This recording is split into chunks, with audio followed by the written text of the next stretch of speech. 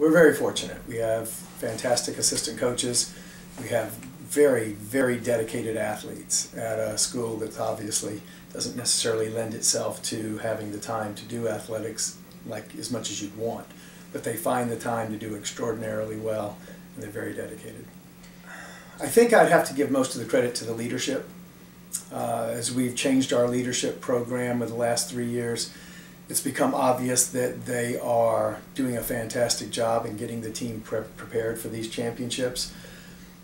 The difference this year to the last few years was that this team went in owning that championship. It was theirs, and they knew it was theirs. In prior years, at least the last two, it was almost like they were trying not to lose it.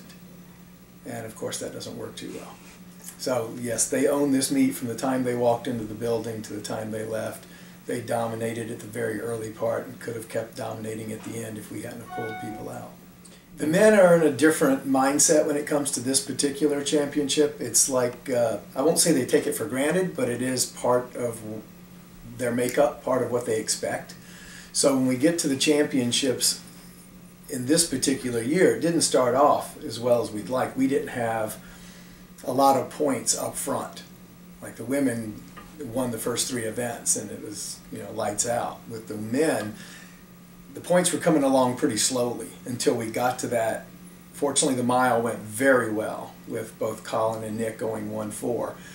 And then once we got to the 400 and went 1-2-3, and then the 200 going 1-2-3-5, that's over 50 points with 2 events, and that's tough to beat and demoralizes pretty much all the other teams. With the field events, particularly the jumping events, things come along a little slower. You're generally starting the season off from a shorter approach. So you're not going to have the same speed when you get to the takeoff that you normally would have at the end of the season. So there's an expectation that the end of the season is going to be better, but there's more room for error with a longer approach. So yes, we expect to see these sorts of improvements, but there's also a little, sometimes doubt in the kids' minds. And in this particular meet, both men and women, there was no doubt. They went in there and they took care of business. They felt like it was theirs, and they did it. This is sort of a sea change at this point. We've been going nothing but team all the way through this, really focusing on New England Division IIIs. Now our focus is shifting to nationals, which is in, we start in 2 weeks from Friday. We have to position some people better. In some cases, we have to get people qualified for nationals, which is top 15 per event for the men and top 17 per event for the women, the top 12 relay teams for both genders. So you don't really know if you're in until you're in, unless you're sort of a runaway favorite. So these next 2 weeks, realizing we can't go every week for the team title. In this particular case, probably the best we could do would be top 4 or 5.